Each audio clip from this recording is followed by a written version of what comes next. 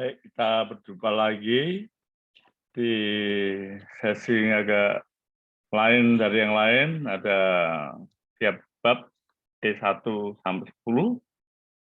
Sebetulnya yang kita bahas buku turbin uap, ya, turbin uap kapal laut. Jadi biasanya kalau mesin induknya turbin uap itu untuk kapal-kapal yang besar.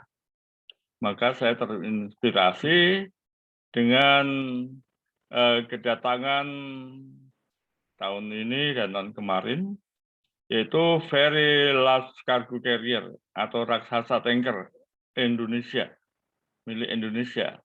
Teman-teman, sahabat-sahabat pelaut, juga semua perusahaan pelayaran di seluruh Indonesia, tentu boleh bangga, ya. Bangga karena di haluan itu ada lambang Pertamina. Bagaimana apapun yang terjadi, Pertamina adalah milik bangsa, milik negara, ya, badan usaha milik negara. Jadi kalau ada kapal Pertamina yang di Ponel sana, ya, gambar Pertamina itu belum tentu milik Pertamina, tapi atau kapal charter. Tapi kalau yang di haluan ada lambang Pertamina itu jelas milik Pertamina. Kita bisa melihat beberapa kapal yang besar. Ini gambarnya agak kabur dikit, ya. Tapi kita perlu melihat adanya kapal yang besar. Ada rencana totalnya ada 7 kapal, ya. 3 adalah kapal Very Large Cargo Carrier. Ya. Nanti kita di tengah perjalanan bedah buku ini kita akan bahas juga. Bangga, semangat pagi teman-teman profesi maritim, di darat, di kapal, di semua samudra, di lautan, danau, sungai, samudra Indonesia, samudra India, samudra Atlantik, samudra Pasifik, dan di kutub utara maupun kutub selatan. Kita wajib bersyukur karena Indonesia memiliki kapal yang besar, ya. Nanti kita akan bahas di halaman berikutnya. Selamat pagi teman-teman semua. Assalamualaikum warahmatullahi wabarakatuh. Salam sehat sejahtera bagi kita semua. Mohon izin saya berkenan diri sebagai Marine Engineer, Marine Spesialis, Marine Auditor, Surveyor, Manager Operation, juga sebagai dosen ilmu pelayaran dan penulis buku ajar maritim. Hari ini setiap bedah buku saya sampaikan supaya bukan pribadi, ya, saya membuat YouTube channel ini, tetapi adalah menghormati, menghargai, membanggakan profesi kita. Namun sebelum masuk ke berikutnya, ya saya harapkan teman-teman bisa subscribe untuk dukungan YouTube channel Yusak Juwanaryo ini. Baik, ya, kita melihat duta besar Jepang, duta besar Indonesia untuk Jepang yang meresmikan kapal raksasa ini. Hanya ini terlalu besar, jadi agak kabur dikit, tapi kita bangga kerjasama Jepang dan Indonesia, atau Indonesia dan Jepang. Super tanker atau Very Large Cargo Carrier sebelumnya adalah buatan Korea. Ya, ada 2 kapal yang akhirnya pada pemerintahan 20 tahun yang lalu dijual lagi.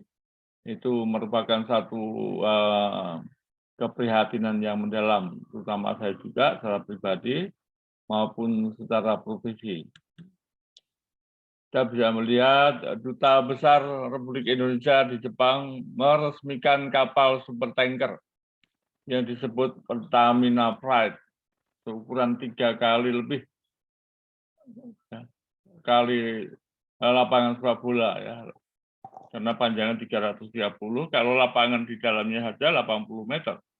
Ya, tentu dengan bagian pinggirannya, ya pasti 3 kali lapangan sepak bola lebih. Ini untuk menggambarkan teman-teman yang bukan pelaut, juga belum pernah lihat kapal besar, itu kapalnya kapal raksasa ya. Duta Besar Indonesia untuk Jepang, ini berita dari harian Aryake Shibuya Jepang, tanggal 9 bulan Februari tahun ini, 21, atas nama pemerintah Indonesia, kata Pak Duta Besar, saya sampaikan penghargaan kepada semua tenaga terampil dan berdedikasi yang telah berkontribusi dalam konstruksi very large crude carrier, ya, atau cargo carrier juga boleh, PLCC, Pertamina Pride. Demikian disampaikan Duta Besar RI untuk Jepang, Bapak Heri Ahmadi, saat meresmikan kapal survei tanker VLCC milik Pertamina di galangan Aryake, Jepang, Marine United. Ya. Ini satu kebanggaan bagi bangsa kita. Sejarahnya tentu Bapak bisa melihat bahwa kita selama ini charter kapal VLCC dari White Unicorn, dari Burma Peridot, dari Sanke ya, itu kurang lebih satu hari sewa itu 70.000 US dollar atau 1 miliar. Bayangkan ya, untuk penampungan di Teluk Semangka. Jadi kita betul-betul tahun ini merupakan satu kebanggaan. Baik, nah kita juga memasuki bedah buku Marine Steam Turbine atau turbin uap kapal, modul pertama untuk 10 bab atau 10 modul. Turbin uap penggerak utama ya, kita akan bahas pengenalan turbin uap, proses kerja turbin, jenis tenaga turbin, siklus turbin uap, bagian-bagian turbin uap ya, dan lain-lainnya. Ini umumnya dulu kira-kira 40 tahun sampai 20 tahun yang lalu itu tenaga mesin menggunakan steam turbine di marine propulsion steam turbine atau turbin uap penggerak utama kapal itu untuk kapal-kapal besar karena memang tenaganya sangat besar. Buku itu diambil dari buku yang selama sekitar 14 tahun ya, atau 16 tahun itu buku yang resmi dipakai di BPTKIP dengan logo BPTKIP, dan edisi ketiganya dipublish untuk umum di baik perguruan tinggi negeri maupun swasta, juga isinya sama. Ya, saya mengajar juga ini dan saya wajibkan murid-murid memiliki buku. Karena yang tamat-tamatan dari SMA nggak semuanya paham. Nah, saya sendiri dari SD negeri, kemudian Sekolah Teknik Negeri 3, Semarang, ya, kemudian STM Negeri 4, Semarang, juga sangat familiar tentang turbin dan ketel uap. Ya, ini kami sampaikan juga pengalaman ada di 3 perusahaan ya, Pertamina Shipping, Tanker Marine Chief Engineer, ya, dengan harapan kalau dulu tidak pensiun dini bisa membawa kapal yang besar.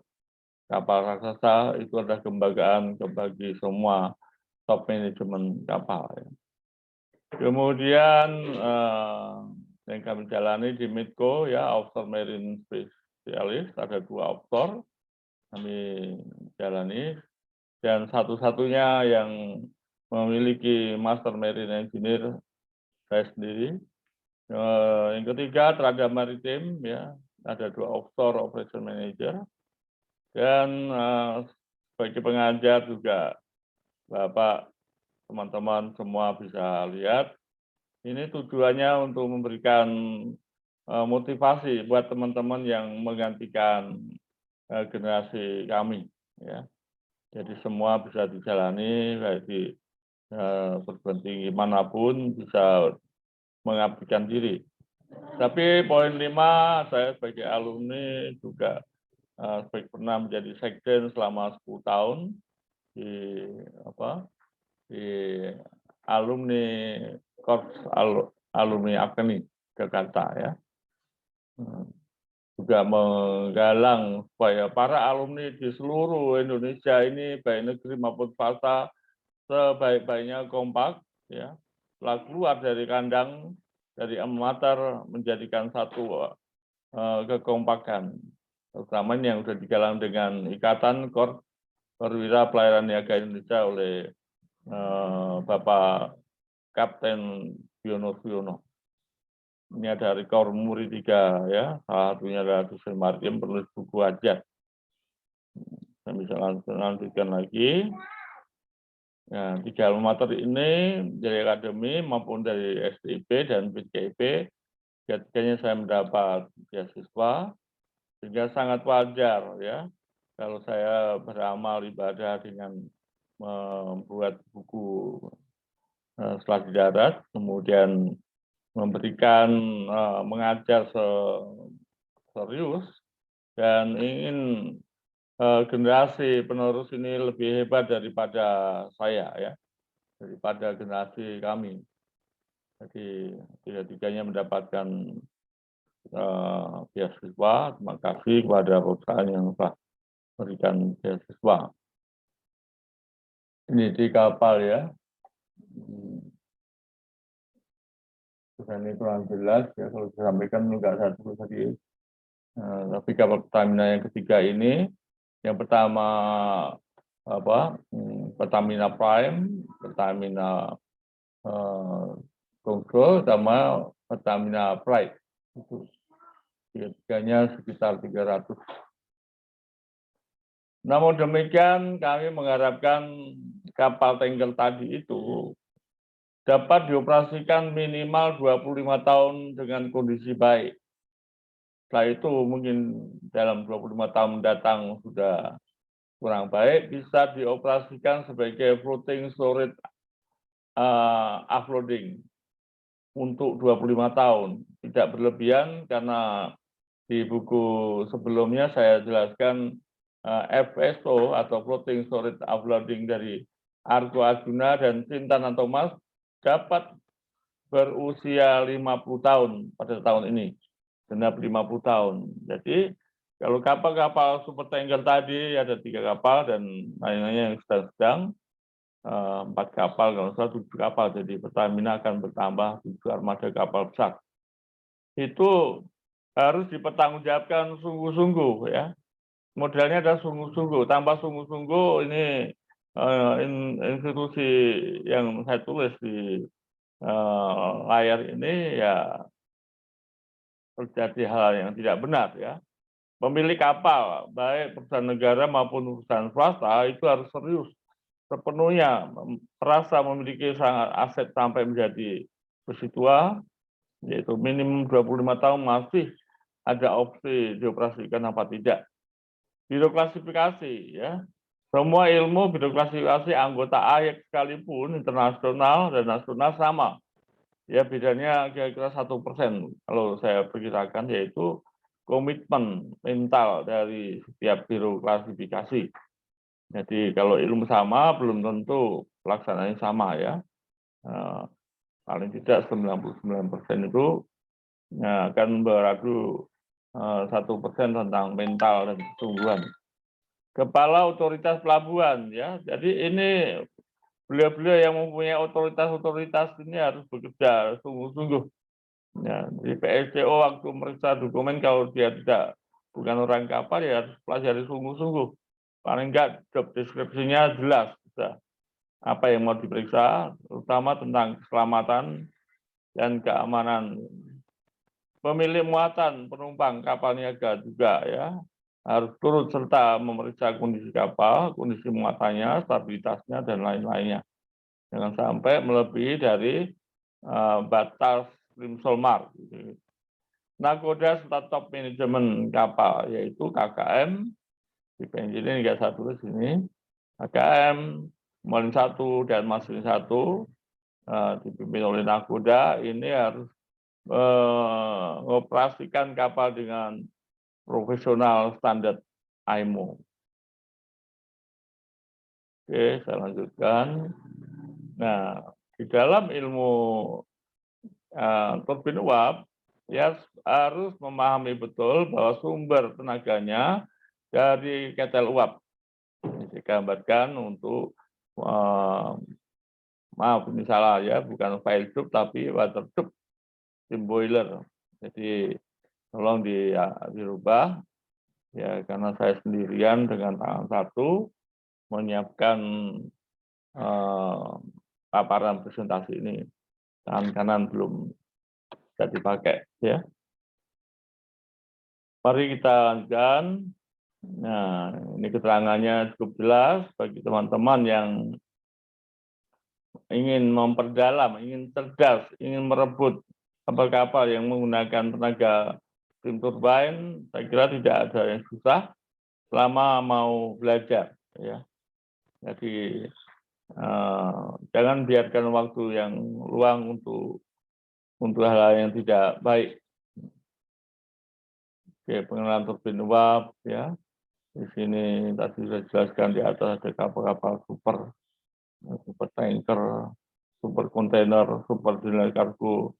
Kalau yang tadi lebih besar lagi namanya very large cargo carrier atau, dan itu turbin uap ada bermacam-macam tipe, yaitu steam turbine untuk Delava, Duli, Cortes, Parton, dan umumnya dipakai untuk kapal-kapal besar. Mari kita simak ya. Untuk turbin ini porosnya lurus, jadi hampir tidak ada getaran.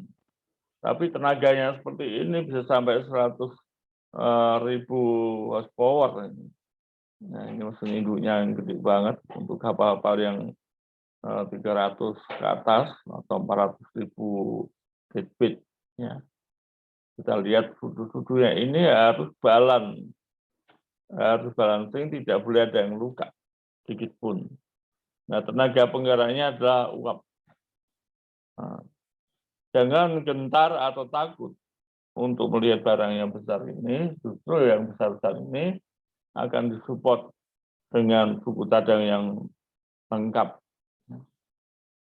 Ini cara kerjanya ya.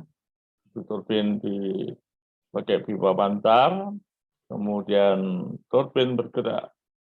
Seperti halnya turbocharge. Jadi mempelajari turbin uap sudah kenal turbocharge. Jadi tidak sulit.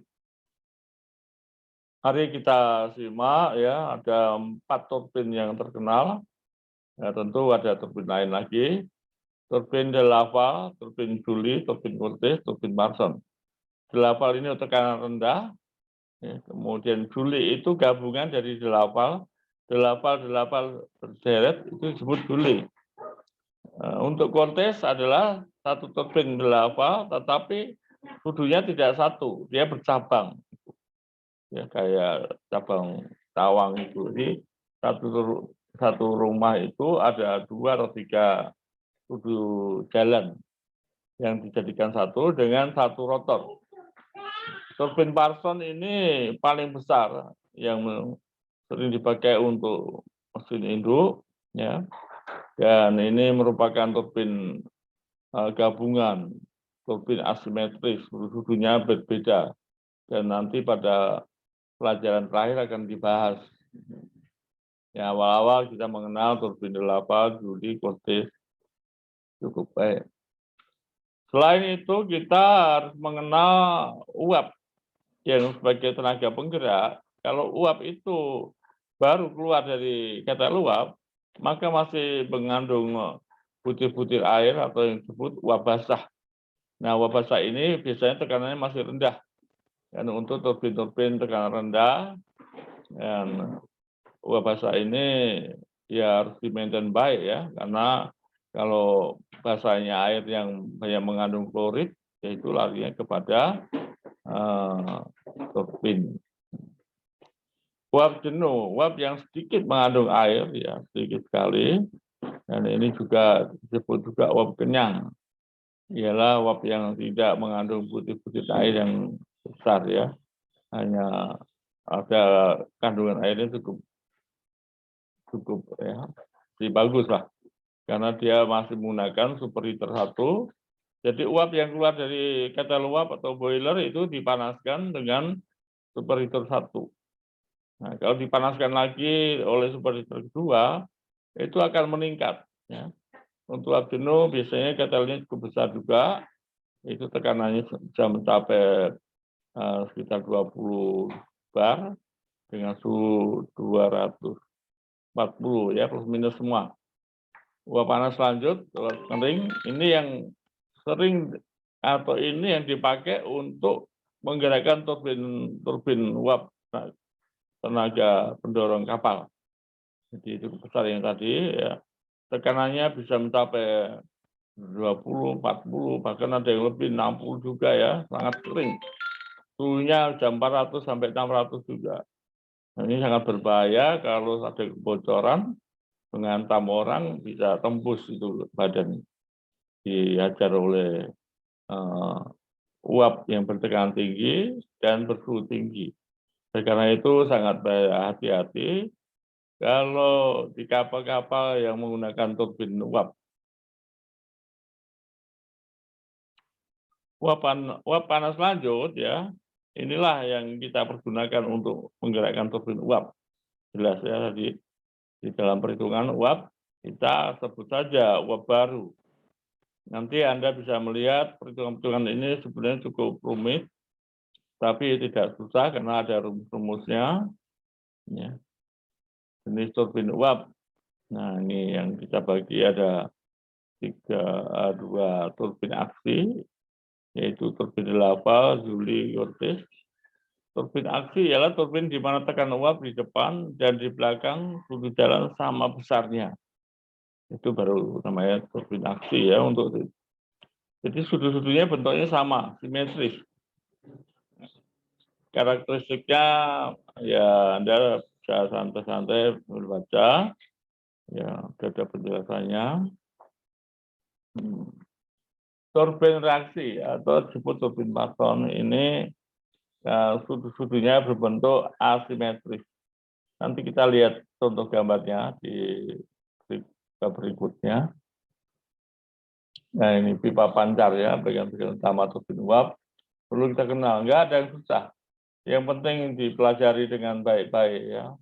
Jadi pipa pancar ada yang bentuknya lurus, ada yang bentuknya menyempit, menyempit keluarnya ini berarti tekanannya akan bertambah kayak di selang yang di itu ya. Kalau cekung ini cenderung uap keluarnya tekanannya menurun. Nah, tapi ada juga yang tembung cekung ya. Ini sesuai dengan kebutuhannya. Rumus kontinuitas pada pipa pancar adalah seperti yang tertulis dan keterangannya. Jadi berat uap ya kali volume jenis uap sama dengan A kali T. Nah, ini apa A, apa T? Ya bagi teman-teman yang ingin cerdas, pelajarilah baik-baik. Nah, rumus silinder atau pada pipa pancar itu juga kita penting memahami karena pipa pancar itu yang keluar pertama yang disebut dengan kode T1. Rumusnya 44,7 kali akar H ya. H di sini jatuh kalor ya. Nah ini rumus baru, rumus tahun 2000. Sebelum tahun 2000 tidak pakai ini. Ya, rumus yang lama itu dengan menggunakan C1 sama dengan 91,4 ya. Kali akar H juga. Tapi itu nggak kita bahas. Ini rotor turbin cargo oil pump. Ya, double bleed, ya, double rotor.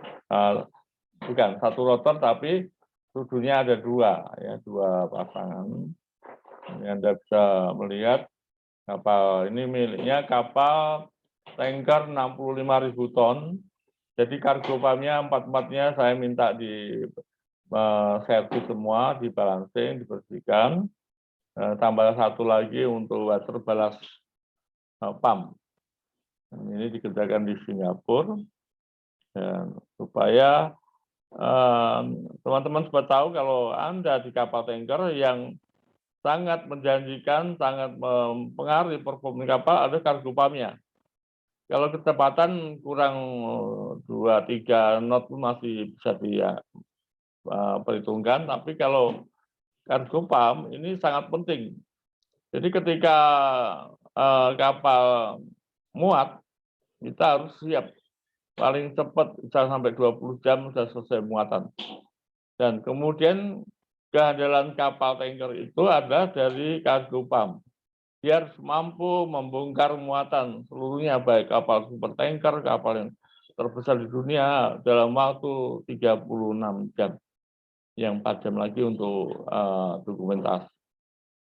Jadi ini dulu kecepatan kapal super tanker, ada rumusannya kalau loading 20 jam, bongkar 40 jam. Kira-kira begitu ya. Tapi sekarang ternyata dikalahkan oleh kapal-kapal kontainer. Dia bisa loading dan unloading hanya 8 jam di satu pelabuhan dengan total deadweight-nya sama dengan tanker. Ya. Ini kemajuan zaman. Dulu general kargo itu susah, sekarang sangat cepat. Kebetulan pas kita lagi bersiar mampir dulu lah ke tempatnya workshop yang mengerjakan turbin cargo pump. Ya. Ini ada di Singapura. Total turbin ada 4 unit, ditambah balas pump. Nah, ini Anda bisa baca ya, rotor turbin ada poros turbin yang melekat jadi satu dengan roda-roda. Tadi sudut-sudut itu bisa dilepas ya. Jadi bisa dilepas ini satu persatu berderet. Kalau ada yang luka, sepanjang sudut itu belum patah, ya bisa rekondisi. Tapi kalau sudah patah nggak boleh ya. Jadi kalau masih kumpil-kumpil masih bisa.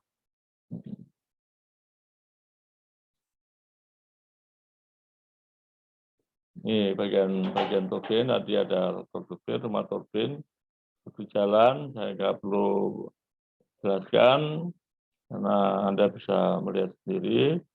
Nah, sudut simetris dan sudut asimetris. Bedanya, Anda bisa melihat. Simetris itu ada sudut jalan yang berbentuk sama bentuknya, ya, dari pinggir ke pinggir. Tapi yang sudut asimetris, ini yang dipakai parson, ya. Kalau yang simetris dipakai tadi, turbin de lava, turbin Joule, dan Cortex. Ini kalau di sekolah kita harus bisa menggambar dengan rumusannya, membuat gambar turbin, gambar sudut-sudut turbin. Ya, selintas kita bisa melihat sudut simetris dengan sudut asimetris, di mana sudutnya berbeda ya. Kalau simetris sama, B1 B2, tapi kalau sudut asimetris itu sudutnya Bravo 1, Bravo 2 tidak sama.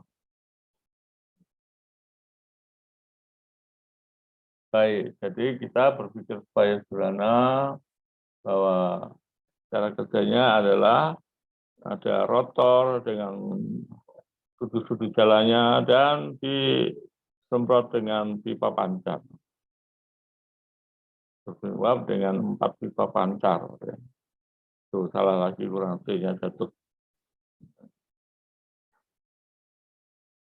Ya, Anda bisa melihat inilah orang-orang pintar ya. Kita hanya sekedar merawat, maintenance, dan mengoperasikan. Jadi teman-teman di kapal ini tugas utamanya adalah merawat dan mengoperasikan.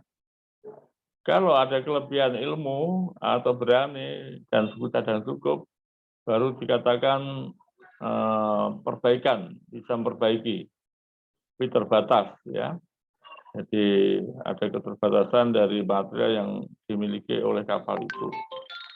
Sesungguhnya perbaikan itu dikerjakan oleh expertnya, kita mengawasi, juga membantu perawatannya. Latihan tugas mandiri ini ya, untuk mengembalikan pelajaran dari awal sampai akhir tadi, apakah kita sudah menguasai, dan paling tidak untuk memberikan latihan.